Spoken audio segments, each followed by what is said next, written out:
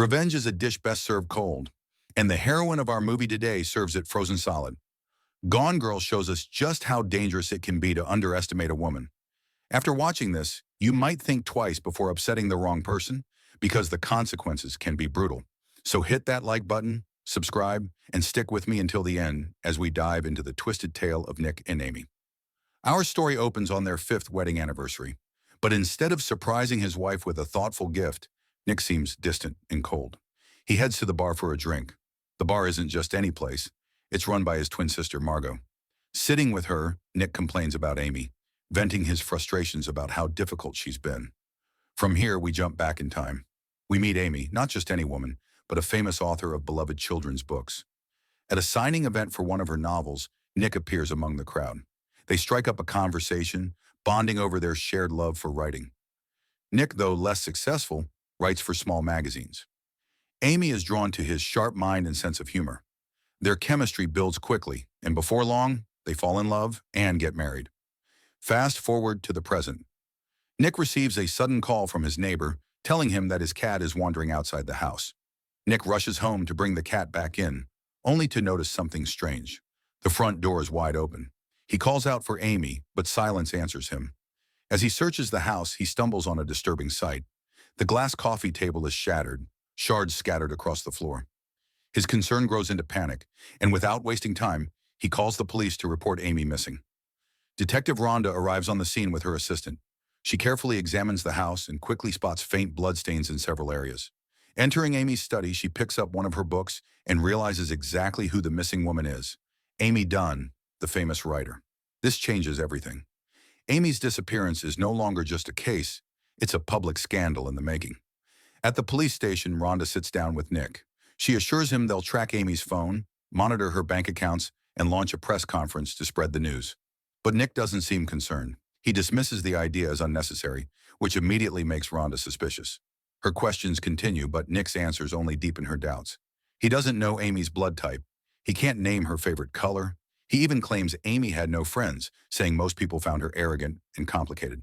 But this story doesn't add up. Soon, Rhonda receives a call from a pregnant woman who claims to have been Amy's close friend and neighbor for over a year. This directly contradicts Nick's version, and the detective's suspicion sharpens. Back at the crime scene, forensics reveal that the kitchen had been drenched in blood that someone had tried to clean. Rhonda collects samples and sends them to the lab. Her investigation also uncovers that the house, the car, and even the bar Nick works in are all legally owned by Amy. The next day, the press conference takes place. Because Amy is a public figure, journalists swarm the event. Cameras flash, microphones surround Nick. But when it's his turn to speak, his words are flat and emotionless. He shows no urgency, no grief, just bland statements that fail to convince anyone. That evening, overwhelmed by the media storm, Nick goes to his parents' house for some peace.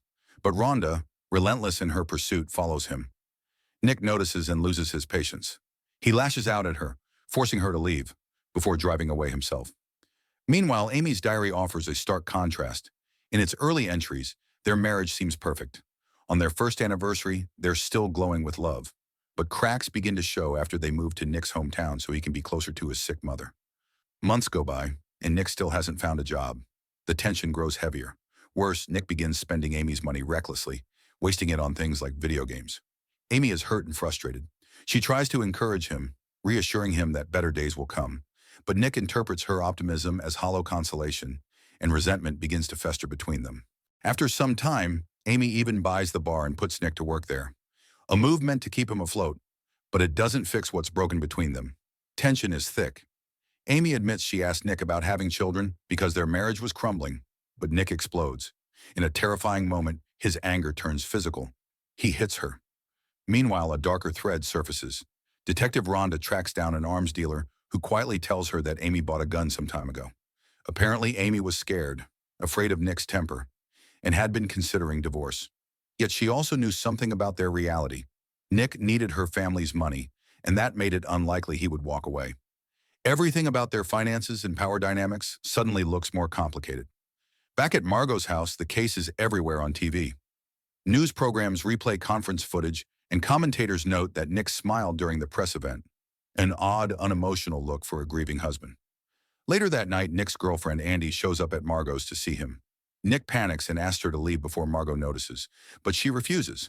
The next morning, Margot has already seen them together on camera and realizes Nick is involved with one of his students. When Nick tries to explain, he lashes out about how Amy ruined his life, how moving near his sick mother, relying on her income, and her controlling ways left him miserable. He admits he started a relationship with Andy because he felt trapped and alone. Margot is horrified. She warns him, if the police learn about the affair, it will explode. The tabloids are already painting him as cold and unconcerned, and that image will only deepen suspicion. Rhonda's investigation marches on. Lab results come in. The blood sample from Amy's house matches Amy's blood type. The case goes from bad to catastrophic for Nick.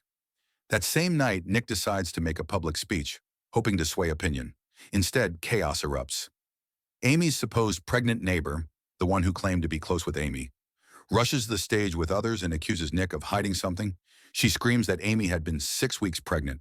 The crowd gasps. Margot, Andy, and Amy's family hear it and stare in disbelief.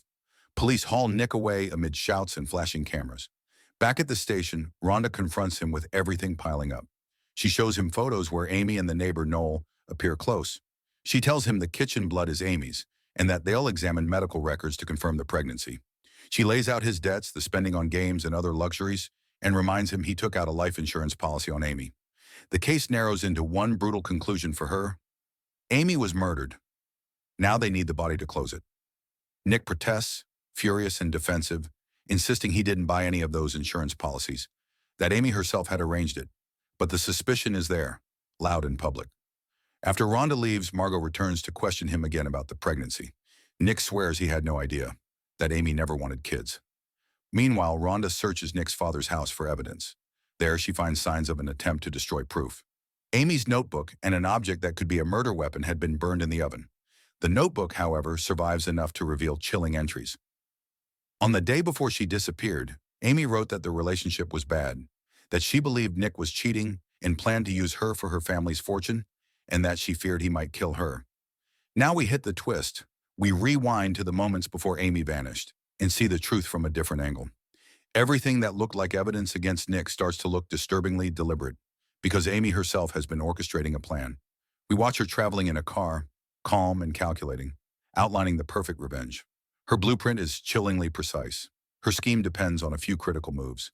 First, you cultivate a relationship with a neighbor, in this case Noel, someone who will later testify to your misery and create the emotional appearance of vulnerability. You prime that neighbor with details about your husband's alleged violence, share your private fears, and make them feel protective. Second, you build sympathy through staged absence, making sure your disappearance looks suspicious and terrifying so the public and police rally behind you.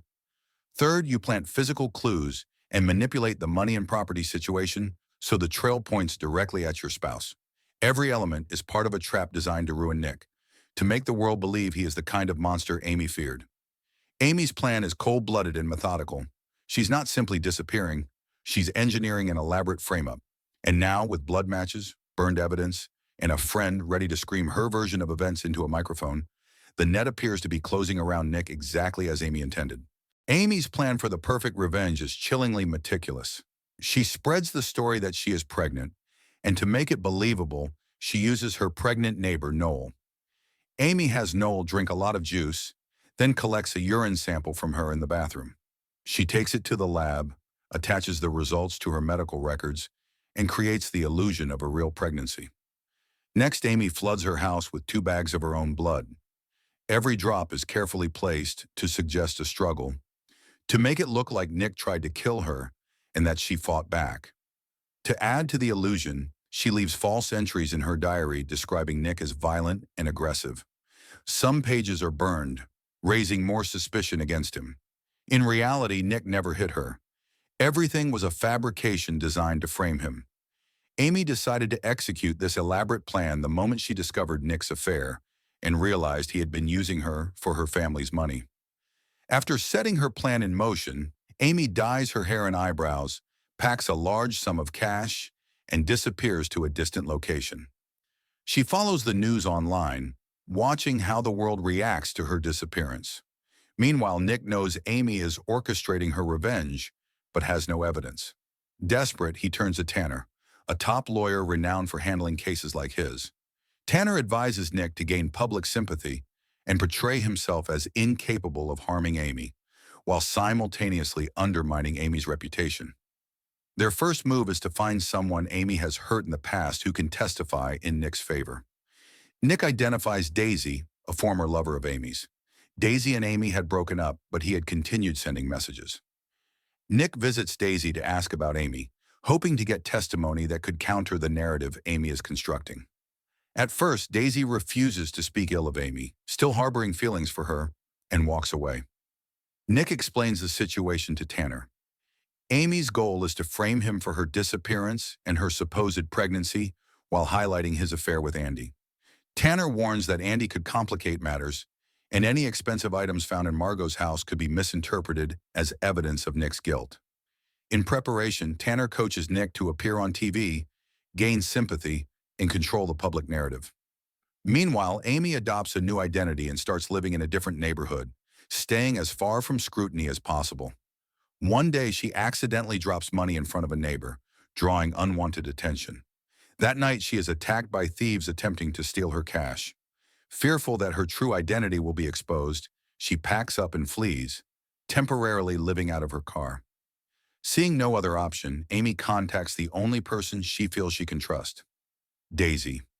Amy spins a convincing tale. She tells Daisy that Nick wanted to kill her and that returning home is impossible because no one will believe her. Daisy, still in love with her, believes her story and offers her a safe place to stay. At Daisy's home, cameras are installed for security, ensuring Amy can hide without being discovered. Meanwhile, Tanner continues preparing Nick for his big TV interview, a key step in winning public sympathy. But on the day of the broadcast, disaster strikes. Andy appears on TV and publicly confesses her affair with Nick, complicating his case. Tanner warns that going on air now could backfire, but Nick is determined to take control of the narrative. During the interview, Nick appeals directly to the audience, portraying himself as a flawed husband while emphasizing Amy's virtues. He admits his mistakes but tries to evoke empathy, carefully walking the line between vulnerability and credibility. Nick, desperate and exhausted, admits the truth. He cheated on Amy, but he didn't kill her. What he wants, he says, is her back, because he still loves her. Amy hears his words, and they strike her deeply, especially when Nick promises he will stay with her for the rest of his life. For a moment, it seems as if his honesty might reach her, but the chaos isn't over. Police arrest Margot after searching her garage and finding all the expensive items Nick was accused of buying with Amy's money. Nick's lawyer warns him that the authorities are trying to pressure him into a confession. The investigation intensifies when Detective Rhonda confronts Nick with the murder weapon Amy had hidden in the oven, and for a moment, it looks like Nick might be doomed. Meanwhile, Amy is at Daisy's house, carefully plotting her next move.